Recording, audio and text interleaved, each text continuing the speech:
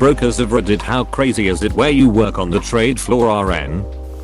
Retail sales at a broker dealer. It's been busier these last few days, with right hand suspending GME and various other datakers. My inbox and voicemail has been a flood of "do you guys offer GME?" Worked from 7 AM to 10 today, yesterday to try and keep up with it. What's more interesting is how this is making its way outside of the retail trader circle. My mother asked me to explain how a short position works yesterday. My phone has been blowing up with friends and family asking for my take on what's going on. A lot of people learning the basics of trading overnight, which is a good and bad thing.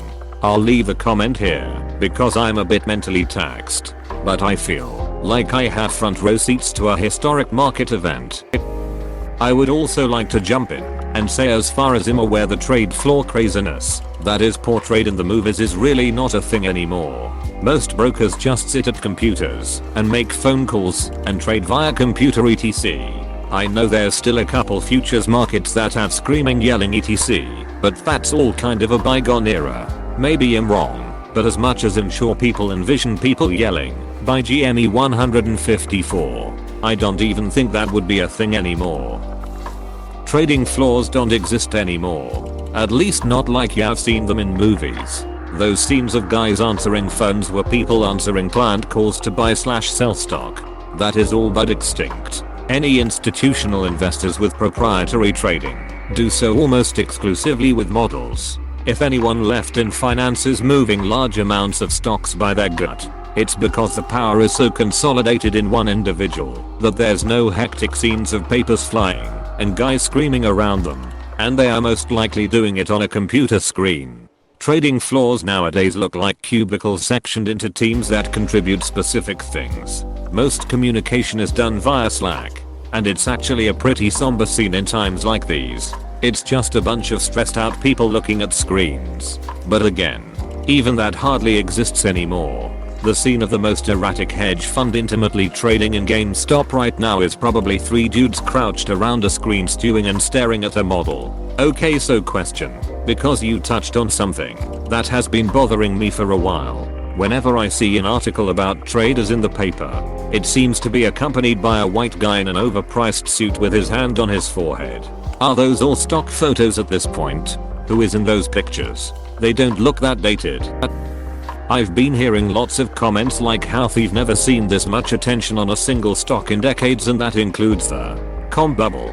Retail trade volume has dramatically increased this year with no fee trades, along with many retail investors stuck at home, but this is beyond insanity. I work for one of the largest firms as a broker. Our hold times are longer than normal, back to 2 hours at most. Similar to April/May of 2020, around half the portfolios I saw today had some meme stock in them. I've also received way more calls from people in their late 20s than usual. They usually need less tech support etc. Our company has restricted many stocks from being bought on margin/writing covered, calls W/new shares purchased, tons of new accounts, and there's a feeling of sticking it to the man, and that the stock market is just gambling. Edit. Also a lot of people shitting on Robinhood, which I find funny.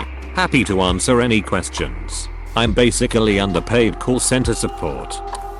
I was a trader, though in credit not equities, stocks. I do swell/quant stuff now, but I have been chatting with a friend of mine who's a cash shares trader. So probably the closest thing to what you imagine when you say a broker. Apostrophe. Apparently it's relatively chill. There's not much liquidity in these stocks, GME and others. Closed bracket comma. And so the consumer retail trader, there's only one nowadays, is pretty stressed about it, but nothing absurd. The rest of the guys don't trade these names, so nothing really out of the norm for them.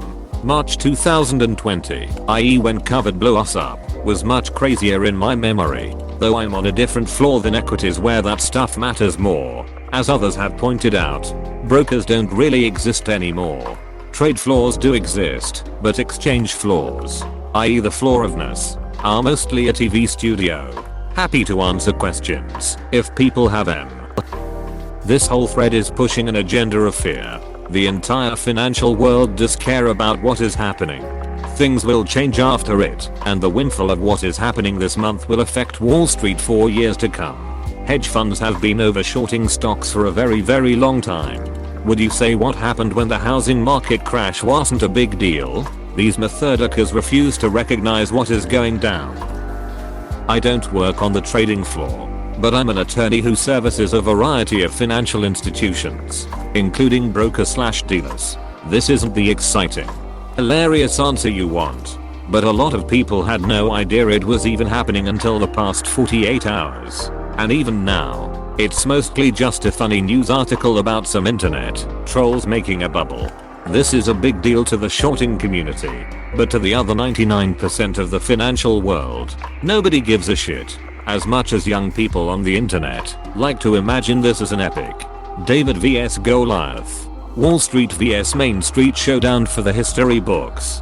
From a bird's eye view, it's actually just a brief dumpster fire, where a couple hedge funds lost their shirts betting on one little small cap stock. It has happened before, and it will happen again in 6 months.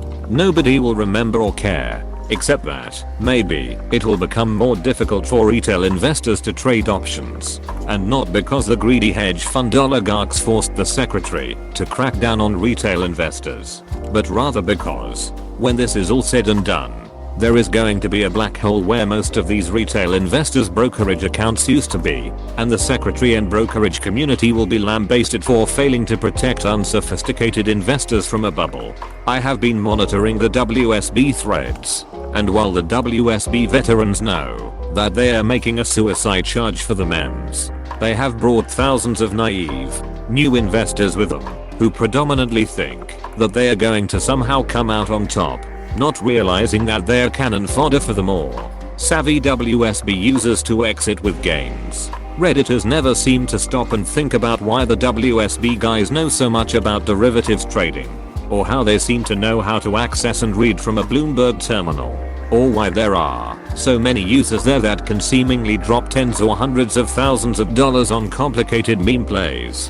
How do you think that WSB knew that GME was open to a short squeeze and a gamma squeeze play? WSB's power users are younger finance brothers. It's 30-something investment bankers and portfolio managers memeing with each other and cosplaying as autists. If you didn't know what a gamma squeeze was 48 hours ago, you are their exit strategy and the down payment on their next push. Hedge fund manager. Wednesday was wild. RPNL shot massively negative, flipped by noon to be massively positive, and ended small down. We don't even trade GameStop, but the shock to the stock is definitely seeping into other positions. Overall, we are delighted that .72 and possibly Citadel have lost money.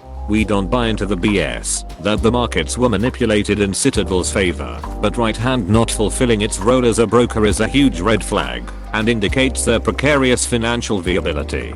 Tomorrow will be fun, but we expect February to be the real party. Edit 2. Lot of talk about hedge funds being scared, or some that believe nothing has changed. From our angle, nothing has changed in how we do business. We trade by attentions. Forex on FDA announcement on a short position intraday is part of the business. That said, more volume in trading is good for us. Folks like I can have used the press for years to signal positioning and benefited, the fact that retail investors are doing so is no different. The thornier issue is for a did/mod/secretary. How do you ensure that the posts are not being used for pump and dumps? How do you ensure that boiler room brokers aren't using the boards to market securities? Being a mod of WSB is a huge personal liability, an unpaid position, where you are accountable for content and have the secretary sniffing your ass.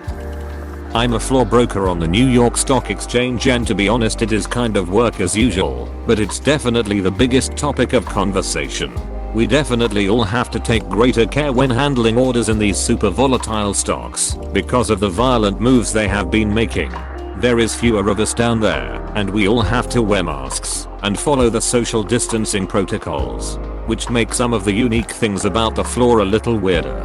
Though it is sort of interesting to see the wider world take an interest in market microstructure to unprecedented extent. Not a broker, but work at one of big online brokerages in technology. The only thing I knew was there was record-setting volume and activity causing delays. We processed like 8x the number of trades in one day compared to our record a year ago. People complain about some of the lag and technical issues, but I'm honestly happy we were able to keep things running as well as we did. Oh my god.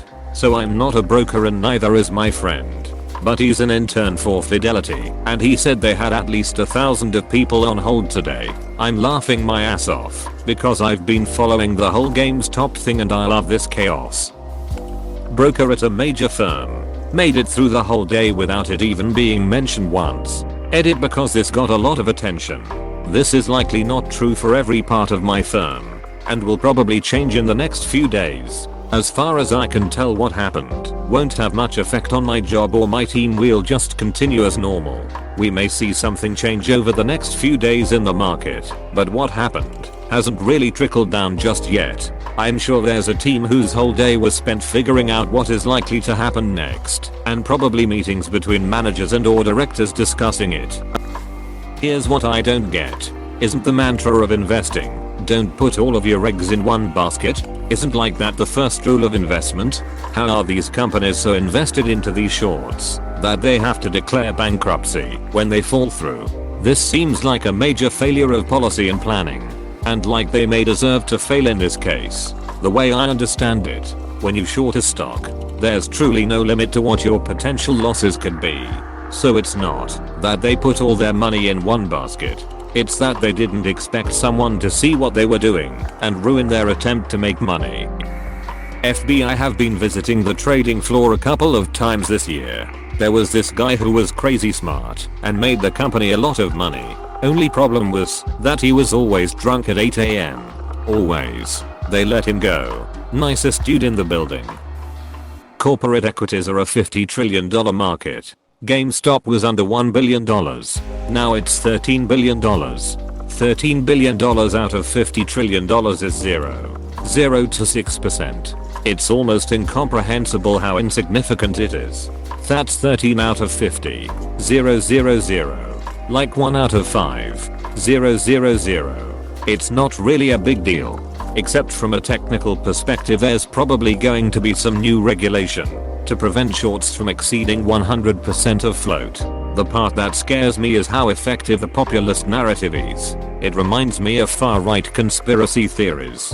It's a very compelling story that gets people riled up. David and Goliath attraction. You already see assholes like David Portnoy, ineffectively, but attempting to use the same tactics to get the hive mind to pump stocks like Nokia. It's apparent now how easily social media influence can move markets, and that brings in a new breed of irrationality and unpredictability to traditional methods of valuation, like political misinformation. I don't see any feasible way to prevent it. If you can start an effective enough meme, you can defeat a politician or control a stock's price. It's the same thing. In the long run, I think this will hurt small cap businesses as institutional investors steer clear of the higher risk stocks that can be moved so easily, but it will no doubt be attempted on larger businesses too. It's not really new. Buy long and be loud and sell short, and be shrill are old phrases meaning buy and then try to get others to buy, or short and then get others to sell. But it used to be limited to a few elites with big platforms like Icon, etc. People who would be interviewed by the press and use that platform to move markets. And now it's apparently a more distributed, democratized platform. GME as an anomaly isn't really a big deal, but I do think it's signifying a paradigm shift that people will remember akin to Pizzagate in 2016. I expect regulators will fix shorting 100% of float like a bug fix, but big boys are likely to put a lot of muscle behind social media influence to distort the markets in their favor, and it will masquerade as a grassroots populist movement. Not a broker, just someone who has actively traded options for years. Definitely a pyramid scheme, and the options market on this was crazy. Even the options market on this one didn't add up. Yesterday when the stock was at $340, the March $500 call options were listed around $140. That means the stock would have to gain an additional $140 just to break even by late March. Anyone who didn't get in on the ground floor on this one are going to get crushed. Lots of people are going to get hurt and have nothing to show for it. people want me to invest their life savings in meme stocks like GMEAMCBB, I tell them it's very risky and only invest how much you would be willing to lose. Regardless, I have seen people bet their financial lives on GME. I pray to God everyone who does this gets out before the stock falls below what they bought it for. I don't think the meme stock bubble is dead, but I think it's the riskiest area. Millionaires will be born, and millionaires will die from this. Personally, BB and AMC are probably your best bets right now. I'm not advising anyone to buy or sell based off this information. So yeah, bottom line, it's insane right now. Seconds can mean the difference in millions. And risk your money at your own discretion. /Hedge strategy today. First off, I don't know what I'm doing and this is not financial advice. This is a really important day. The hedges are going to be out for blood and this is what I would do if I was on the other side of this trade. We know from yesterday that the brokerage accounts all feed our information to the hedge funds. They know where our auto-killing positions are, how much we are driving the price up with our buys now that we can, and have placed long positions before the market open. We also know that they were able to buy at the bottom of the market yesterday and some of us even had positions close at this point without our consent. Finally, we know that Steve Cohen was forced to shut down SAC Capital due to insider trading allegations in 2014, and they have given the hedge funds $2 billion which they World used to take a long position at the market bottom yesterday to help cover their short position. They have insider information on all of our positions. They know the battleground and will be planning accordingly. If I was a hedgie, I would also drive the market up when it opens, taking profit as I go. I would then get to a point where we have set off a lot of auto calls and I would sell out of my long position. This would drive the market down and I would then sell out of my short position. Since we have been given the ability to jump back in, we're all charging into the market now that we can buy again. As we know from what we've found out today, Robinhood along with the other brokerage accounts give the hedge funds information on our positions, auto calls, and all investments we make. I think what might happen is we are gonna drive the market up when it opens. And as the hedge funds know this, they will buy long positions and also drive the price up. The point of this is to hit our auto call positions so that we sell out. Just as we hit our auto calls, the hedge funds will sell their long positions and create a massive sell-off between our auto calls and their sell-offs. This will drive the price down to a point where they can sell their short positions which are call-in today. We therefore need to remove our auto calls so as to continue to drive the price up. Continue to sustainably buy throughout the day so that they can't take advantage of any dips to close their short calls. They ducked us yesterday and created a dip so they could buy long positions. They bought this dip and drove the price up to 230. They have a lot of firepower to be able to do this from 0.72 and Citadel. TLDR. Remove your auto calls and continue to buy sustainably throughout the day and we'll all be eating meat in Valhalla by evening. This is not financial advice and I do not know what the duck I'm talking about. Do whatever the duck you want. Hey, I'm a trader, but I focused on fixed income and I've been talking to my contacts at the different firms for the past couple weeks. It's relatively calm tbh. Some quips here and there about WSB, and additionally of the some runs we get from other brokers and dealers via Bloomberg Terminal add some sort of quip against retail guys on right hand. Also the trading floor doesn't really exist anymore. It's just all computers and cubicles or segmented offices. Nothing like movies really. It's just a bunch of people with 4 to 6 monitors per person and maybe some calls to finalizing/negotiate some trades. But other than that, it's been pretty lax. Not surprised at the level of shill in this thread with what's on the line. Hold. None of these top comments are even mentioning what the hedge funds have lost so far or the fact that free trading was shut down. This isn't a ducking pyramid scheme. This is real. Sincerely, some retard using stash.